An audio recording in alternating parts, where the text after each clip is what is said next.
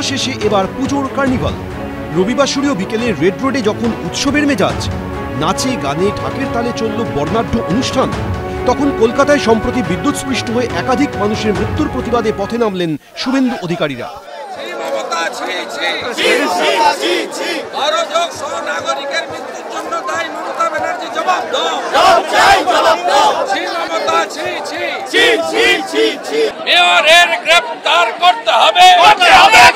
খোলা মানে ওইসব নাম দিয়ে যারা করছেন তারা একদম একটা সস্তা রাজনীতি করছেন।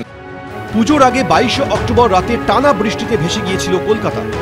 শহর ও আশপাশের জেলায় জলে ডুবে ও বিদ্যুৎস্পৃষ্ট হয়ে প্রাণ হারান 12 জন।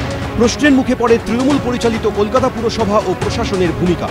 এবার এতগুলো মানুষের মৃত্যুর প্রতিবাদে রবিবার কলেজ স্কোয়ার থেকে ধর্মতলা পর্যন্ত মিছিলের ডাক দেয় বিজেপি নেতাদের দ্বারা পরিচালিত সংগঠন খোলা হাওয়া। সবগুলোই মৃত্যু হয়েছে বিদ্যুৎস্পৃষ্ট হয়ে, এবং সেগুলো বাড়িতে নয়, খোলা তারেও নয়, সব পোস্ট মেনটেন করে কলকাতা কর্পোরেশন। তাহলে মেয়রকে এফআইআর করা কেন হবে না? মেয়রের বিরুদ্ধে মেয়রকে গ্রেপ্তার কেন করা হবে না? মুখ্যমন্ত্রী তার দায়িত্ব পালন করেননি।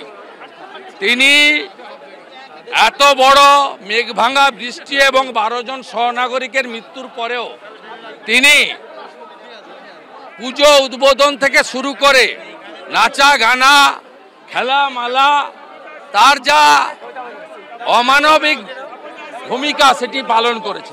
রেড রোডে যখন বর্ণাঢ্য অনুষ্ঠানে উপস্থিত মুখ্যমন্ত্রী, তখন খোলা হাওয়ার মঞ্চ থেকে তাকে চাঁচাছোলা ভাষায় আক্রমণে নামলেন শুভেন্দু অধিকারী।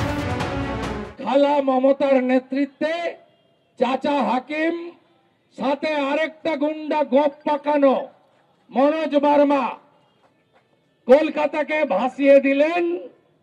কলকাতা নাকি লন্ডন হওয়ার কথা, লন্ডন তো হয়ে গেছে, সাথে সাথে ভ্যানিসে বানিয়ে দিলেন। কলকাতা ভ্যানিসে পরিণত হয়ে গেল। পাল্টা কটাক্ষ ছুড়ে দিয়েছে তৃণমূল।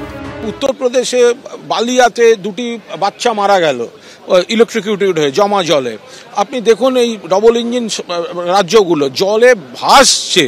তো ফলে এই জল বিষয়টা শুধু পশ্চিমবঙ্গে এসে ওনারা মিছিল করতে আসছেন, এটা অত্যন্ত আপত্তিকর এবং রাজনীতি রয়েছে, এটা তো পরিষ্কার বোঝা যাচ্ছে। 2 নম্বর হচ্ছে এই যে কার্নিভালের দিন সেটাকে টার্গেট করা। আপনি গতবার দেখবেন, গতবারও এই কার্নিভালের একটা পাল্টা করব বলে একটা বিশৃঙ্খলা তৈরির চেষ্টা করেছিল।